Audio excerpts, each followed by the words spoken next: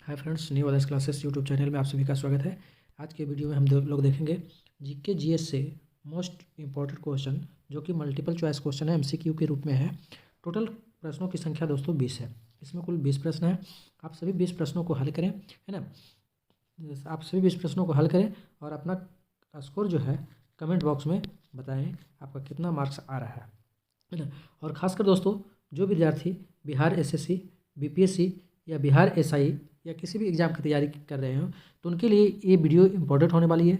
इसमें history, geography सारे question हैं। आप लोग लास्ट तक देखें वीडियो को और वीडियो पसंद आने पर लाइक करें, शेयर करें, साथ ही साथ दोस्तों चैनल को सब्सक्राइब करें। तो चलिए वीडियो को स्टार्ट करते हैं। आज का पहला प्रश्न है, पृथ्वी के वायुमंडल में ओजोन परत, ओजोन जो है किस परत में पाई जाती है? ओजोन परत किस परत में पाई जाती है? ऑप्शन ए है उष्णकटिबंधीय अर्थात ट्रोपोस्फेयर में, बी है मेसोस्फेयर में, सी है आयनमंडल में और डी है समताप मंडल में। तो इसका जो सही जवाब होगा दोस्तों ऑप्शन डी अर्थात समताप मंडल में। चलिए आगे देखते हैं। अगर समताप मंडल की बात करें तो इसी में हवाई जहाज यानी एरोप्लेन जो उड़ता है दोस्तों, ये किस किस मंडल में उड़ता है? तो एरोप्लेन मंडल में ही।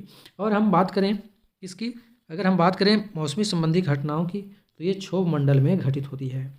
चलिए अगला प्रश्न देखते हैं।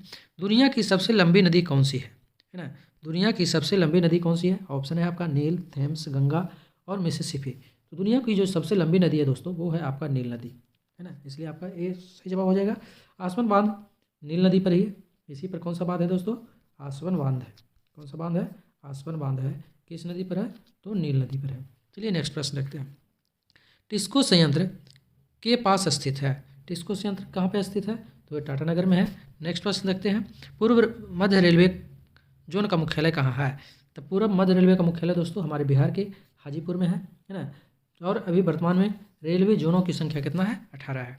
नेक्स्ट प्रश्न देखते हैं। उत्तरी बिहार किस लिए प्रसिद्ध है? हम लोग जानते हैं कि उत्तर बिहार में हर साल बाढ़ आती है, जिसके कारण से यहाँ खेती अच्छी होती है। अतः उत्तरी बिहार जो है कृषि समृद्धि के लिए प्रसिद्ध है ना। अगर ऑप्शन में कृषि समृद्धि नहीं होता तो हम लोग बाढ़ भी लगा सकते हैं, क्योंकि यहाँ अत्यधिक बाढ़ आती है। चलिए नेक्स्ट प्रश्न देखते हैं। किसके प्रयासों से बिहार में किसके प्रयासों से बिहार प्रांतीय कांग्रेस का दूसरा अधिवेशन आयोजित किया गया? किसके प्रयासों से बिहार में प्रांतीय कांग्रेस का दूसरा अधिवेशन आयोजित किया गया?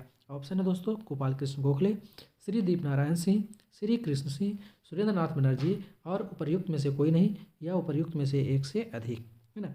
ये क्वेश्चन जो है दोस्तों काफ़ी इंपॉर्टेंट है, very very very very important है। ये एग्जाम प्रश्न अधिकांश एग्जामों में पूछे गए हैं, तो आप लोग इस प्रश्न को याद रखेंगे। इसका जो सही जवाब होगा ऑप्शन बी होगा अर्थात श्री दीप नारायण सिंह है। चलिए नेक्स्ट देखते हैं। 1878 ईस्वी में, है ना, 1878 ईस्वी में सुरेंद्र नाथ बनर्जी ने इंडियन एसोसिएशन की स्थापना किया था। चलिए नेक्स्ट प्रश्न देखते हैं। 1974 में बिहार में छात्र आंदोलन के नेता कौन थे? आपका ऑप्शन है जयप्रकाश नारायण, राम मनोहर लोहिया, विनोबा भावे, रामपूजन सहाय और प्रयुक्त में से कोई नहीं और प्रयुक्त में से एक से अधिक। तो बिहार में छात्र आंदोलन के नेता की बात करें तो 1974 ईस्वी में वो जयप्रकाश नारायण थे, है ना। इसलिए ये हमारा सही जवाब हो जाएगा। जयप्रकाश नारायण की बात करें दोस्तों, जयप्रकाश नारायण की बात करें तो ये जो है सन 1942 से, है ना, जब असहयोग आंदोलन की क्रांति हुई थी तो उस समय से ये सक्रिय हुए थे, है ना। चलिए इसी में देखते हैं हम लोग। जयप्रकाश नारायण को लोकनायक भी कहा जाता है और इन्होंने वर्ष 1950 ईस्वी में सर्वोदय योजना का प्रतिपादन किया था। नेक्स्ट प्रश्न देखते हैं। बिहार दिवस किस तिथि को मनाया जाता है दोस्तों? तो ये 22 मार्च को मनाया जाता है। नेक्स्ट प्रश्न है। बिहार में राज्यसभा राज्यसभा बिहार में राज्यसभा की कुल सीटों की संख्या कितना है? तो बिहार में राज्यसभा की कुल सीटों की संख्या दोस्तों 16 है। चलिए इसी में देखते हैं हम लोग कि बिहार में राज्यसभा सीटों की संख्या 16 हो गया, जबकि लोकसभा सीटों की संख्या कितनी है? 40। वहीं पे विधानसभा की बात करें तो 243 और विधान परिषद की बात करें तो 75। चलिए अगला प्रश्न देखते हैं। मगध की प्रारंभिक राजधानी है। मगध की प्रारंभिक राजधानी कहाँ थी? तो राजगृह में थी, जिसे गिरिब्रज के नाम से भी हम लोग जानते हैं। गिरिब्रज गिरिब्रज के नाम से भी हम लोग जानते हैं। चलिए नेक्स्ट प्रश्न देखते हैं। नेक्स्ट प्रश्न है हमारा, निम्नलिखित में से किस शहर को इलेक्ट्रॉनिक शहर कहा जाता है? दोस्तों इलेक्ट्रॉनिक शहर की बात करें तो वो हाजीपुर है। हाजीपुर को इलेक्ट्रॉनिक शहर के नाम से जानते हैं। नेक्स्ट प्रश्न है, दुनिया का सबसे बड़ा रेगिस्तान। दुनिया का सबसे बड़ा रेगिस्तान कौन सा है? आपका कालाहारी है, गिब्सन है, मोजाबे है, सहारा है ना। तो इसका सही जवाब होगा सहारा। और ये जो सहारा मरुस्थल है कितने देशों में विस्तारित है दोस्तों? 13 देशों में विस्तारित है। कितने देशों में विस्तारित है? 13 देशों में विस्तारित है। चलिए अब कुछ मरुस्थल यानी रेगिस्तान और उससे संबंधित देशों को हम लोग देखते हैं। चलिए, तो यहाँ पे ये सब सारे मरुस्थल को नाम आप लोग याद कर लीजिएगा दोस्तों। जैसे पेटागोनिया मरुस्थल अर्जेंटीना में है। गोबी मरुस्थल कहाँ है? तो मंगोलिया में है और चीन में है। टाकला मकान की बात करें तो वो चीन में है। फ्रेजौन मरुस्थल कहाँ है? तो लीबिया में है। कालाहारी मरुस्थल 3 देशों में फैला हुआ है, बोत्सवाना, नामीबिया और दक्षिण अफ्रीका। लेकिन कालाहारी का 80% हिस्सा, कितना? 80% हिस्सा बोत्सवाना में है, इसलिए बोत्सवाना ऑप्शन रहने पर बोत्सवाना ही टिक करना है।